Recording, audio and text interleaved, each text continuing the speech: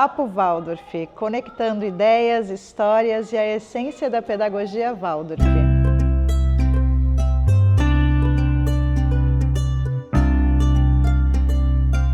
Hoje o Papo Waldorf tem o prazer de receber uma convidada muito especial, Nina Pusch. Oi, Nina. Olá. Muito bem-vinda ao Papo Waldorf. Estou muito feliz que você está aqui. Eu que agradeço esse convite tão especial, assim, meio no susto, mas as coisas na vida acontecem assim, no susto, assim que é bom. Nina, queria começar esse papo aqui, você falando um pouquinho da sua trajetória, que é tão linda. Bom, eu nasci em São Paulo há quase 46 anos atrás, né? Sou uma paulistana e desde pequena eu sempre estive muito imersa, envolvida em tudo que tem a ver com antroposofia, né? Então, assim, desde pequena, primeiro eu fui no maternal Waldorf dentro da favela Monte Azul, depois eu fui para um jardim Waldorf da Dona Mônica e daí com 7 anos eu entrei na Steiner, né? A escola mãe aqui do Brasil, e eu fiz todo o meu caminhar acadêmico, ia falar, de escolar até o 12º ano. Então eu entro com 7 e saio com 18 anos, né?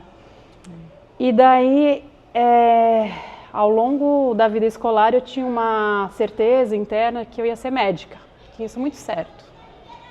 Talvez pela influência da minha avó, que é médica, eu não sei. Na verdade, eu tinha uma vontade de sempre estar cuidando dos meus amigos, das pessoas, tinha uma coisa do cuidar.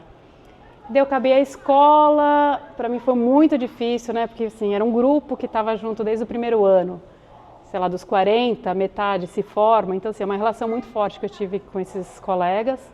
Cada um foi para um lugar do mundo, né, como imagem, mas cada um foi tomando um rumo. E eu me senti um pouco desamparada e começo a estudar enlouquecidamente. E daí entrei num momento da minha vida assim, bastante difícil. Eu falei, não, vou fazer nutrição. Eu fiz um tempo de nutrição, eu falei, não é nada disso, eu preciso sair um pouco de cena. Daí fui morar na Alemanha um tempo e lá na Alemanha eu fiz várias coisas. Daí no final, um pouco antes de voltar para o Brasil, eu fiz um estágio num hospital antroposófico no setor pós-parto, uma maternidade antroposófica, e eu fiquei encantada. Então assim, eu via os bebês nascendo de uma forma muito amorosa, os bebezinhos na maternidade ficavam num bercinho de madeira com um lencinho de seda, enfim, eu fiquei muito encantada e eu me dei conta que quem cuidava mesmo era a enfermeira e não o médico. Daí eu volto para o Brasil e falo, não, eu quero fazer enfermagem. Daí eu chego no Brasil e foi um pouco difícil chegar, porque imagina, aquela jovem tinha aberto muito a cabeça, vivido muitas coisas, e eu acabei entrando numa faculdade de medicina, em Santo André, uma cidade menor do que eu tinha acabado de vivenciar, foi bastante difícil, e eu sempre falo que a faculdade de enfermagem foi mais antropológica do que qualquer outra coisa, porque eu comecei a pensar em outras coisas. Diferente dos meus colegas que queriam sangue, parada cardíaca, eu fugia disso. Cadê a Nina? Ah, a Nina está no 3º andar cuidando da fulana. Então, assim, tudo que tinha a ver com psiquiatria, com atendimento de clínica médica, com idoso, que tem essa coisa do falar, do acolher, da escuta, estava presente. Eu acabei a faculdade, a minha avó, eu tinha certeza que não queria ir para um hospital, porque eu acreditava em outro tipo de cuidado, de outro tipo de cura, e ela fala, por que você não vai trabalhar na Artemisia? Artemisia é um espaço que ela tinha de autodesenvolvimento, né? E eu nunca tinha pensado, às vezes as coisas estão próximas a nós, a gente nem pensa. Posso fazer só Fala para todo mundo quem que é a sua avó, né? Minha avó é a icônica, né? Doutora Gudrun Burkhardt, que foi a primeira médica antroposófica no Brasil. Ela com meu avô, o Pedro Schmidt, vem com todo esse impulso da antroposofia no Brasil, seja na pedagogia, seja na medicina, na Veleda, enfim, todas as iniciativas antroposóficas de alguma forma têm um dedinho desses meus avós, né? Enfim, daí ela me convida para trabalhar nesse lugar, para ser enfermeira responsável por todos os tratamentos terapêuticos, entre os banhos, as massagens, enfim. E eu vou trabalhar lá e foi um outro tipo de cuidado, né? Não mais aquele tão invasivo, acadêmico, de parada cardíaca, de medicação intravenosa, não que eu não fizesse, mas não era a minha ideia. E lá eu fui observando o trabalho biográfico, né, as fases da vida meio que de bastidor, né? E foi muito incrível essa experiência, acho que foram uns 4, 5 anos que eu fiquei lá, e esse lugar fechou depois de 21 anos. E daí eu fui trabalhar com paciente oncológico, onde eu fui fazer bastante trabalho de enfermeira mais cartesiano, e lá eu fiz minha formação em aconselhamento biográfico. Enfim, nesse meio tempo eu conheci o meu marido, Gustavo, namorado na época, e ele morava em Santos. Eu falei, nossa, Santos, nunca imaginei Santos, né? Porque eu passei minha infância mais no litoral norte, e dei até um pouco com desdém. Eu falei, nossa, Santos. Ele, Santos é muito legal. E eu começo a vir para Santos, né? A cidade me acolheu muito, na época a gente namorando, cada um numa cidade, até que minha filha mais velha vem, na verdade ficou grávida da Laila, e ela que na verdade me traz para Santos, né? E daí quando eu chego, uma das primeiras perguntas para o meu marido quando eu estava grávida foi: em Santos tem algum Jardim Waldorf? Tem alguma coisa? Ele falou, não sei, porque para ele era muito novo, ele não conhecia nada. E daí eu faço uma pequena pesquisa e descubro que tem Jardim Waldorf em Santos. E me dá um alívio. Eu falei, bom, então essa cidade é possível de eu vir para cá, né? Então, na verdade, eu chego em Santos com uma bebê de 40 dias, sem conhecer ninguém, aquela coisa louca de puerpério. Mas muito grata, porque eu sabia que dali a um tempo, depois de 2 anos, a Laila entra no jardim e me deu um calorzinho no meu coração, porque para mim não faria menor sentido a Laila não estar numa escola Waldorf, né? Uhum. E assim foi, ela ficou na flauta mágica, depois ela ficou um pouco no Quintal do Sol, e daí em 2019 ela entra no 1º ano aqui na Waldorf Santos. E foi muito lindo todo esse processo, né? Depois veio o 2º filho, e daí, né, precisei abandonar meu trabalho de enfermeira, e eu já tinha a formação biográfica. Eu falei, bom, acho que agora eu preciso voltar, né? A Laila já tinha 2 anos, e aí, enfim, eu reestruturei o trabalho um pouco da forma que a minha avó tinha criado, e aí fui para o mundo. Mas assim, foi muito incrível, né? Na verdade, quem me traz para a cidade foi minha filha, né? Senão eu nunca viria para cá, né? E aí, então, entrando já nesse assunto sobre a biografia humana, fala pra gente um pouquinho desse conceito, né, que o Rudolf Steiner traz para nós sobre biografia humana. Tá, vou tentar essencializar, porque é um tema bastante amplo, né? Se a gente pensa nessa biografia humana, na verdade, nada mais é do que o processo que o indivíduo tem a partir do nascimento dele até o momento da morte dele, né? Então, todo esse desenvolvimento nessa vida é o que a gente chama de biografia humana, né? Então, no momento que a gente nasce até o momento que a gente morre fisicamente, é o que o Steiner chama de biografia diurna, né? Tem a biografia noturna, que é o processo pós-morte, né? Mas acho que o que você está querendo saber Sim. mais é dessa biografia diurna, né? Então, quanto que essa individualidade, a partir do momento que ela nasce, ela vai tendo experiências e vivências que fazem com que ela se desenvolva, né? Onde eu vou tendo influências astrológicas, dos planetas, do zodíaco, são muitas influências fazendo com que esse ser vá se desenvolvendo ao longo de sua biografia, ao longo de sua vida, né? Onde, se a gente tem aquele conceito da forma com que o Steiner vê o humano, né? A gente sabe que a gente é um ser quadrimembrado, onde a gente tem esses 4 corpos, né? Corpo físico, corpo etérico, corpo anímico e a reorganização do eu.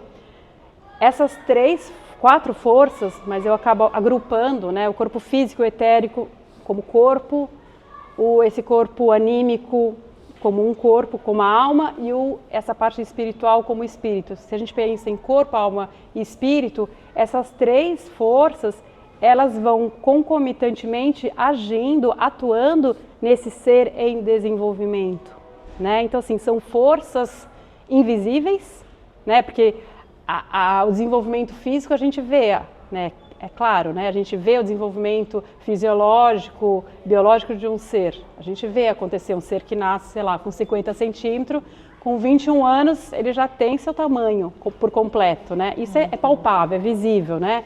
Depois ele fica no momento mais de estagnação e a partir de uma fase a gente começa a voltar às origens em relação à corporalidade, esse biológico, né? Mas ao mesmo tempo a nossa alma vai sendo lapidada e trabalhada com o passar dos setênios, né? Então a gente está falando que a gente divide a nossa história de vida em períodos, que a gente chama de setênio, né? São esses 7 anos, e que a cada setênio a gente tem crises, tem passagens que são oportunidades para a gente crescer e amadurecer, né? Óbvio que se a gente pensa mais na criança pequena, essas crises são mais de ordem somática, da corporalidade, mas a gente tem diversas crises ao decorrer da nossa biografia, onde às vezes são crises mais de identidade, de existência. E quando a gente pensa nesse momento de crise, que é uma dor, é um incômodo, a gente tem duas opções, né? Ou a gente põe embaixo do tapete, e tem horas que a gente não dá conta realmente de olhar, mas tem hora que a gente tem que olhar e ver, cara, essa dor, essa questão vem, na verdade, como uma grande oportunidade, né, da gente crescer e amadurecer.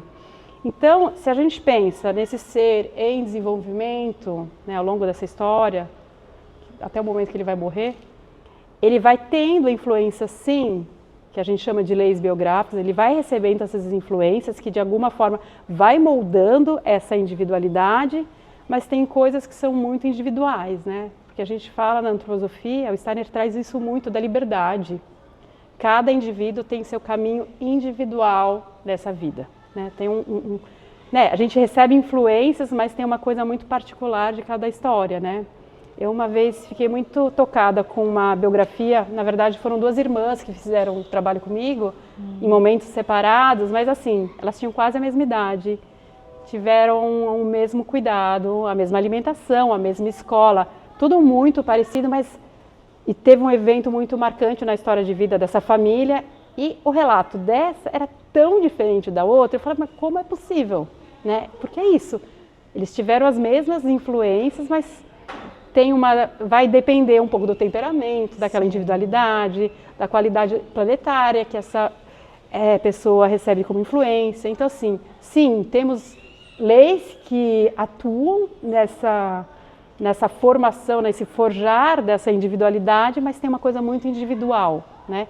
Que cada um vai lapidando, trabalhando ao longo da vida. E vai, né? Entre aspas, reagindo ou lidando, se manifestando sim. diferente, mesmo tendo as mesmas leis, os mesmos... Sim. Né? E é óbvio que tem assim, o ritmo, a gente fala, né? Cada setênio tem uma influência, mas cada um às vezes vai olhar para a sua história e falar, minha história, meus ritmos não são de 7 anos, são a cada 4.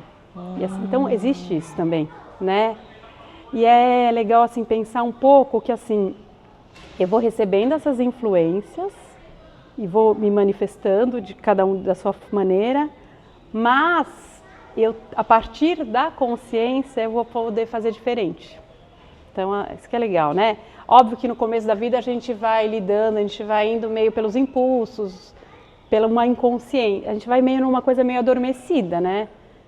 Porque a gente fala assim, só para uma grande imagem, né? A gente fala que a primeira grande fase da vida é no forjar, no construir o físico, né? Então a gente passa, sei lá, 20 e poucos anos construindo o nosso corpo físico. Depois a gente passa para uma fase de mais de 20 anos forjando a nossa alma, a gente vai lapidando a nossa alma, que tem a ver todo com esse amadurecimento psicológico. E depois, mais para frente, a gente vai trabalhando, lapidando essa parte mais da consciência, do espiritual, do sutil. Só que isso a gente pode fazer se a gente está com consciência, se a gente está vigilante. Tem muitas pessoas que passam uma vida inteira adormecidas, né? Sim. Então, muita gente, né? Minha avó falava uma coisa que é isso. Minha avó não, uma professora minha na formação, ela falava uma coisa assim. Você veio a passeio nessa vida? E a pessoa tomava um susto. Não, eu não vim a passeio, né? Eu vim com algum propósito. E todo mundo, na verdade, tem uma missão, tem um propósito nessa encarnação, nessa vida, né? E cabe a nós estarmos acordados para fazer isso acontecer. E tem horas a gente não dá conta, né? Então, na verdade, assim, existem leis que vão, né, influenciando, forjando essa individualidade, né? Mas tem uma hora que a gente vai pela consciência, porque a gente tem liberdade para fazer ou não fazer determinadas coisas, né? Mas então a biografia humana ela é basicamente dividida, vamos dizer assim, não sei se dá para usar essa palavra, mas a cada 7 anos, assim, nesse ciclo de mais ou menos 7 anos, que para um vai ser mais, para outro vai ser menos e tal. E como que assim, quais são os principais marcos, né, assim, dessa virada de setênio, dessa transformação, assim? Então, a criança pequena está ali dos 0 aos 7 anos fazendo toda a constituição física dela, né? Então ela está indo para o mundo, se experimentando, mas ela tem uma qualidade muito forte do corpo físico. Daí todo mundo fala, a gente vê hoje uma antecipação, mas a grande marco era a troca dos dentes, né? Daí ela vai crescendo, entrando no segundo setênio, no segundo setênio você vai nascer o corpo etérico, tem toda essa coisa da vitalidade. Daí a gente chega no final do segundo setênio, tem o nascimento do corpo astral, a gente começa a entrar no campo das emoções, né? Da puberdade. Marco, né? Então a gente cai, essa coisa da queda do paraíso, a gente chega na Terra, né? Que a criança vem dessa coisa mais sonhadora e tem que cair na Terra. Quando ela começa, a partir do terceiro setênio, ser um cidadão mais terreno, né? E daí com 21 anos, né? Quando a gente tem as forças físicas, anímicas e espirituais juntas, é quando tem o nascimento da individualidade, né? O eu, de fato, né? Essa individualidade chega por volta dos 21 anos, né? Ancora, né? Ancora, né? Óbvio que vai depender um pouco da história de cada um, né? Às vezes a gente tem influências que tem individualidades que precisam de um tempo maior. Tem o arquétipo, que é por volta dos 21 anos, mas às vezes não acontece. Né? Então, às vezes, falta eu naquela individualidade, né? E vai depender muito da história individual, do meio que ela vive e assim por diante, né? Mas é legal essa coisa do eu, né? Embora a gente fala com 21 anos o eu chega. Mas, na verdade, ele já vem, ao longo desses 3 setênios, dando sinais, né? Então, não é à toa que a criança, por volta dos 3 anos, tem o que a gente chama de primeira consciência do eu, né? Quando ela começa a se intitular eu, né? Porque até então neném quer, Nina quer mamar. Ela e o mundo são uma coisa só, né? Tudo é dela, né? E a partir do momento que esse eu começa a dar essa primeira chegada, existe uma cisão entre ela e o mundo, né? Então, eu quero, né? Isso aqui é meu, não é da Nina, não é do neném, né? É eu. Não é à toa que vem normalmente a primeira memória, perto dessa primeira consciência do eu, as birras, os porquês, tudo acontece aí. É uma grande crise para essa criança, mas muito saudável, porque ela começa a dar limite, né? Daí a gente vê o eu também chegando no segundo setênio, por volta dos 9 anos, com a história do Rubicão, né? Que entra nesse lugar do sentir. Então é o eu no plano da vivência do eu no sentir, né?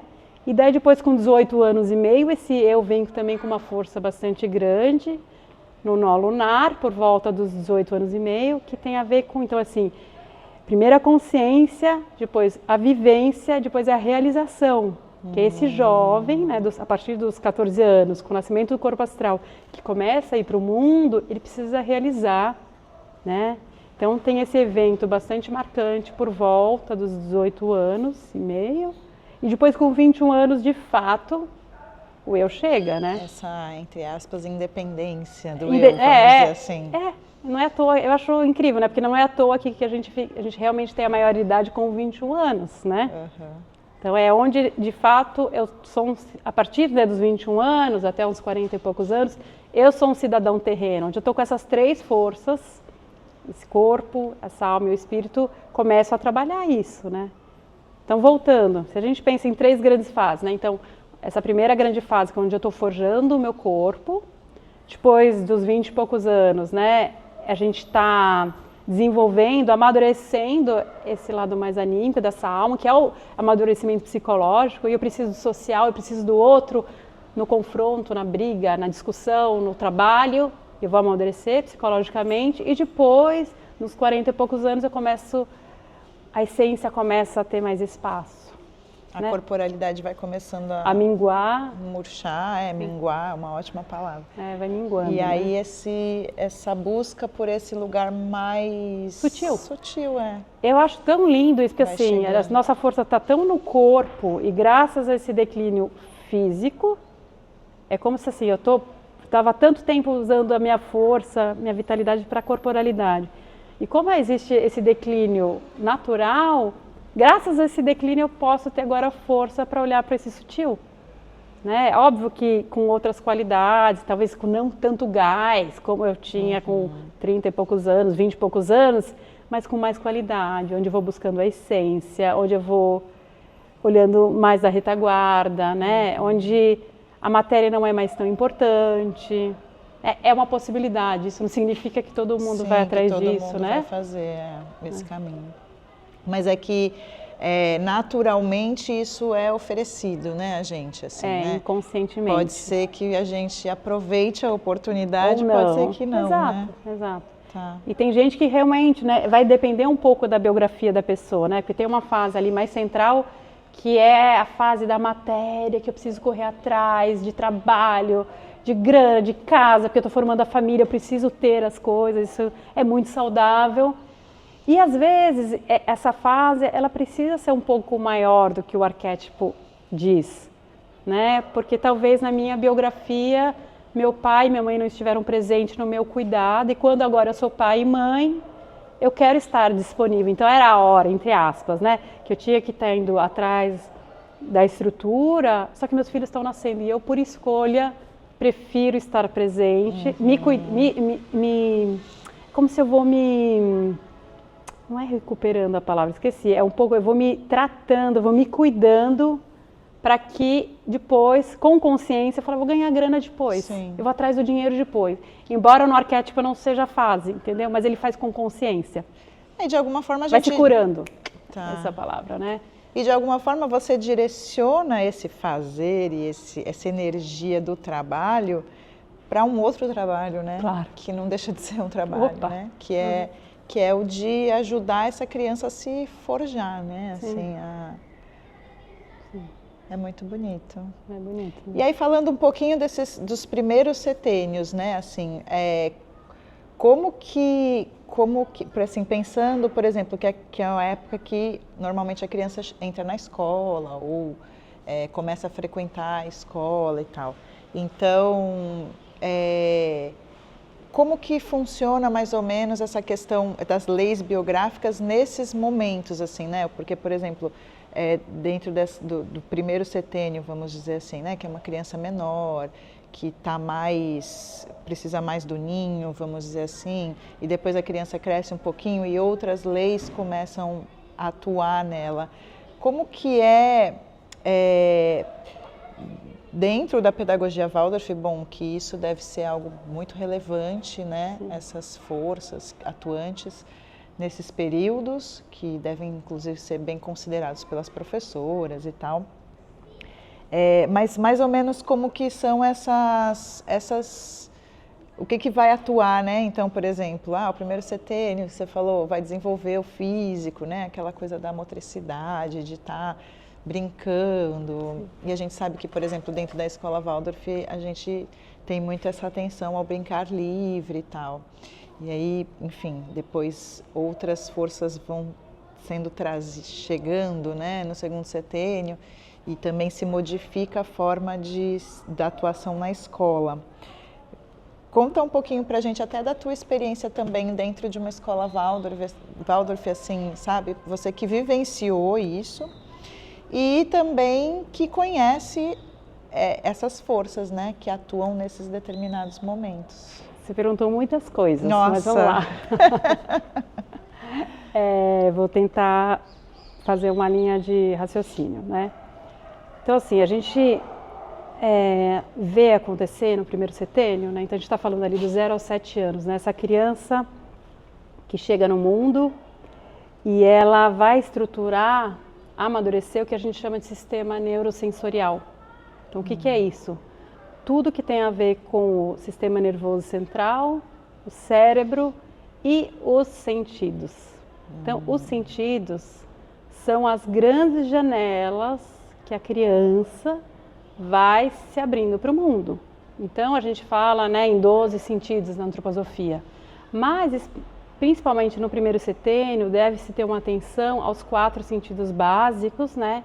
Então, que é o sentido do tato, sentido do tato, o sentido vital e o equilíbrio e movimento. Então, esses sentidos que a criança, desde o momento que ela nasce, ela vai estar em contato com eles, e a partir dos sentidos é que ela vai se abrindo para o mundo, né? Então, isso é uma coisa que é muito importante, né? Então, assim, o que significa isso? Então, a criança que vivencia o tato prazerosamente nessa primeira infância, o que é isso?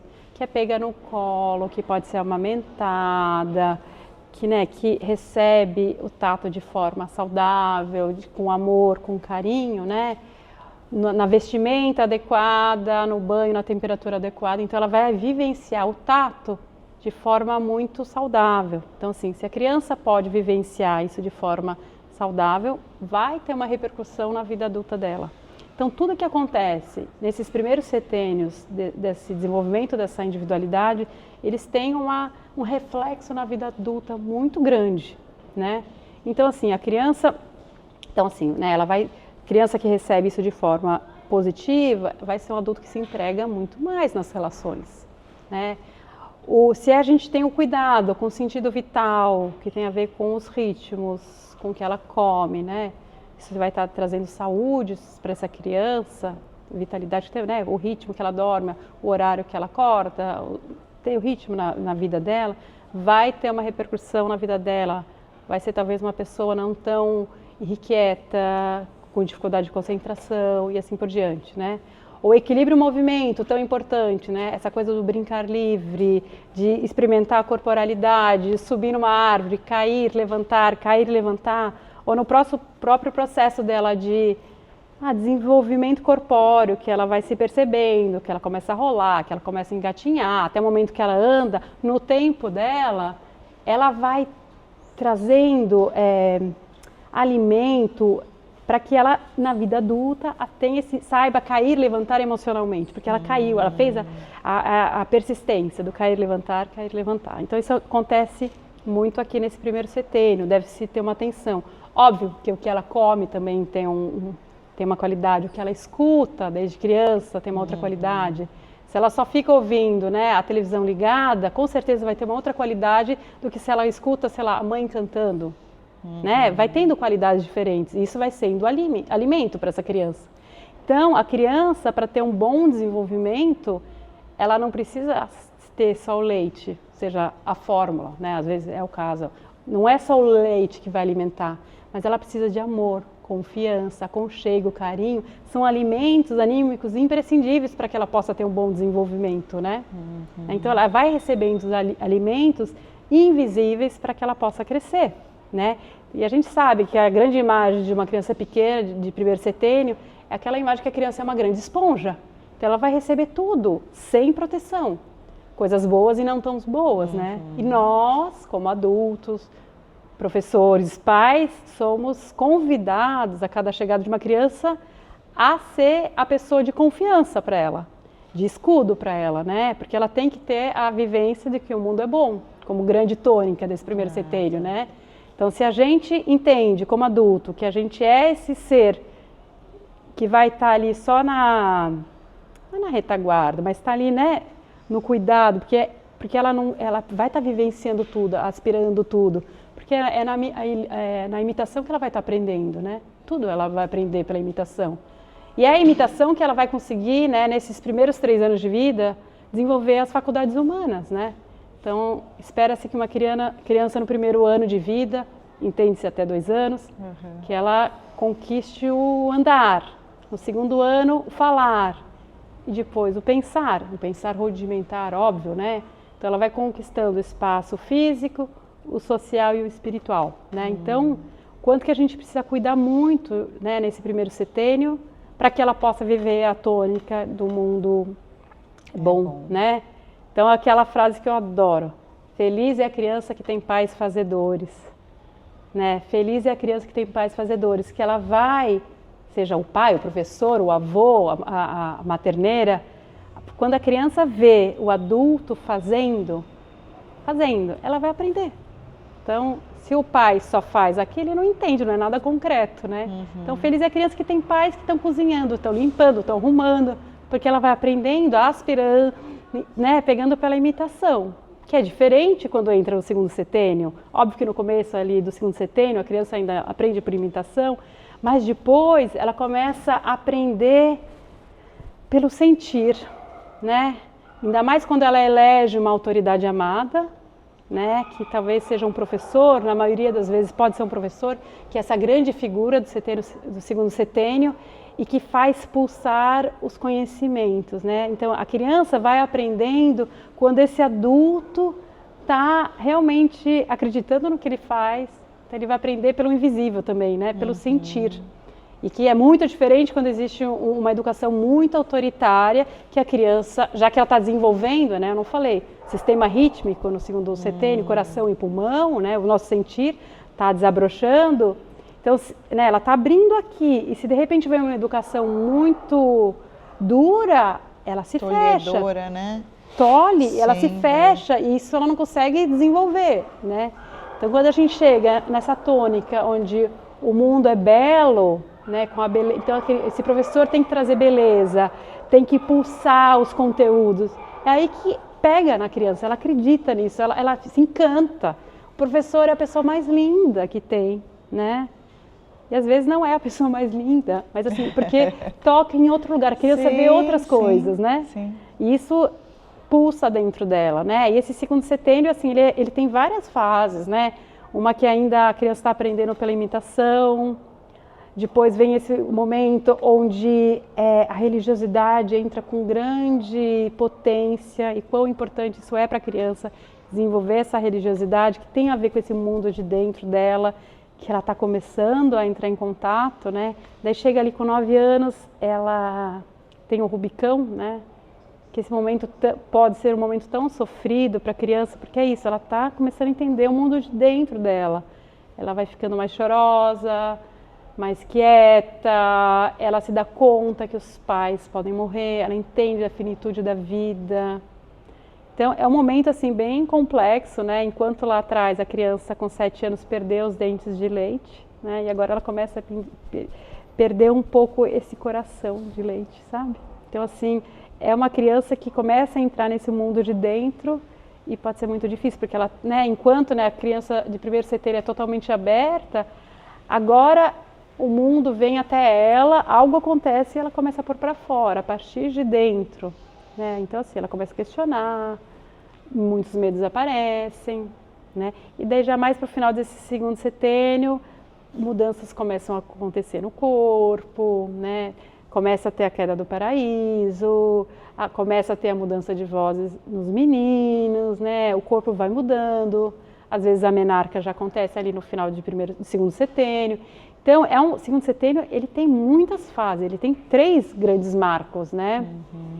E daí ela chega com 14 anos por volta, né? Tem esse nascimento desse corpo astral, né? Então a gente está ali no corpo mais físico, no primeiro setênio, depois mais no corpo etérico, no segundo, e a partir do terceiro ano, terceiro setênio, eu entro mais nesse corpo do sentimento, anímico, né? Nina, e assim, você como ex-aluna Waldorf, como que você vê, como foi para você, né? Assim, o que você acha que é diferente, quais influências e formas de ver o mundo que você sente que foi muito importante para a tua vida depois adulta, como mãe e como pessoa atuante nesse mundo, né? Eu acho que ter vivido a vida inteira na pedagogia Waldorf, eu acho que me trouxe na vida adulta, né? Na vida fora da escola. Eu acho que me traz talvez um jogo de cintura, resiliência, essa coisa da empatia pelo outro.